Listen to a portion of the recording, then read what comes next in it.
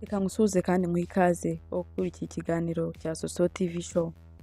Amahoro y'Imana abane nawe. Tugiye kuganira ku mudamu umwe w'umupasiteri Mutesi Aimé Prudentienne wamenyekanye cyane ku mbuga nkoranyambaga aho yavugaga ijambo ry'Imana ndetse n'ibiganiro bitandukanye. Aha kandi turagaruka ku bamuzi yuko ngo atwara abagabo. Ese koko nibyo? Ibyo tugiye kureberaho hamwe. Ikiganiro aherutse gukorana n'umunyamakuru Murungi Sabin amubaza ati ese abagabo bagushyingira koko urabemera? Uyu mugore yamusubije amubwira ko abo yemera ari aba bakurikira. Uwa mbere ngo ni papa w'abana be. Uyu barakundanye barabana ndetse barabyarana. Baza gutandukana bitewe n'impamvu zitandukanye batumvikanagaho neza. Bamaze imyaka 7 batandukanye nibwo yabonye urukundo rushya rwa kabiri. Uyu mugabo ngo yaje mu buzima bwe barabana ndetse baza gutandukana haciyeho igihe gito cyane babanye. Uyu mugore baje gutandukana amubaza igitumye batandukana. Umugabo amubwira ko icyatumye aza mu buzima bwe atari ukugira ngo amubere umugabo, ahubwo ari ukugira ngo bakundane urukundo rwa kivandimwe, ngo ni Imana yari yaramumwoherejeho. Mutesi yabyakiriye ariko byaramugoye. Igikomere yabanye nacyo igihe kirekire. Haciye iminsi aza guhura n'umugabo ngo witwa Rusagara. Barakundana ariko bakundanye ngo bataziranye.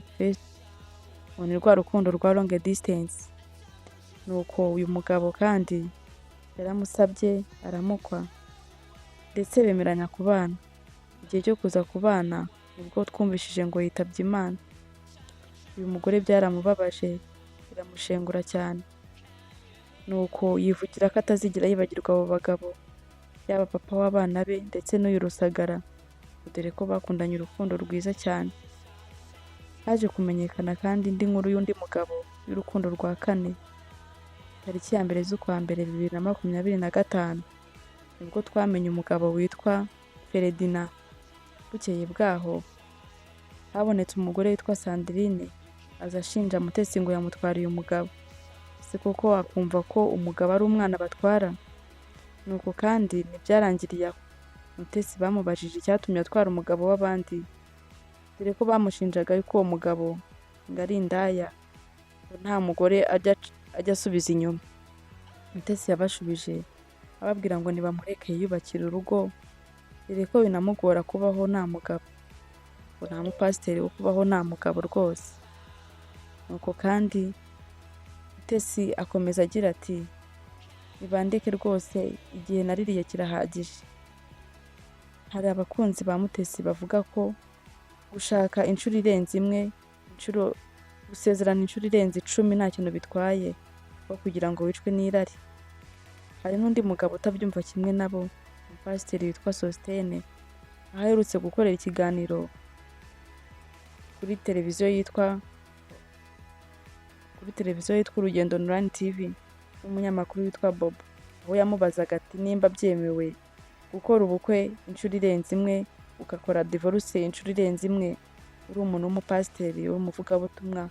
Uyu mugabo yabyamaganiye kure, avuga ko uretse na divorce no kwahukana temewe ku mukozi w'Imana, dore ko nta rugero rwiza waba uri guha abakristo bawe. Nuko rero turakomeza. Wakwibaza uti ese ushyigikiye nde muri aba bagabo babiri, yaba umwe wemera ibikorwa bya Mutesi n'undi ubihakana? Twebwe rero nka Soso TV kumva ko nta kibazo rwose, kandi ku itariki 30 z'ukwa gatatu nibwo hari mariage y'aba bageni bombi. Ariko kandi bavuga yuko kuri invitation yatanzwe nta location y'urusengero bazasezeraniramo imbere y'Imana ntabwo bayishyizeho. Niwabyibazaho cyane birashoboka yuko abazataha buno bukwe aribo bazabimenyeshwa bahageze. Mwakoze kudukurikira. Imana ibarinde, turabakunda cyane. Mwari kumwe nanjye Solange.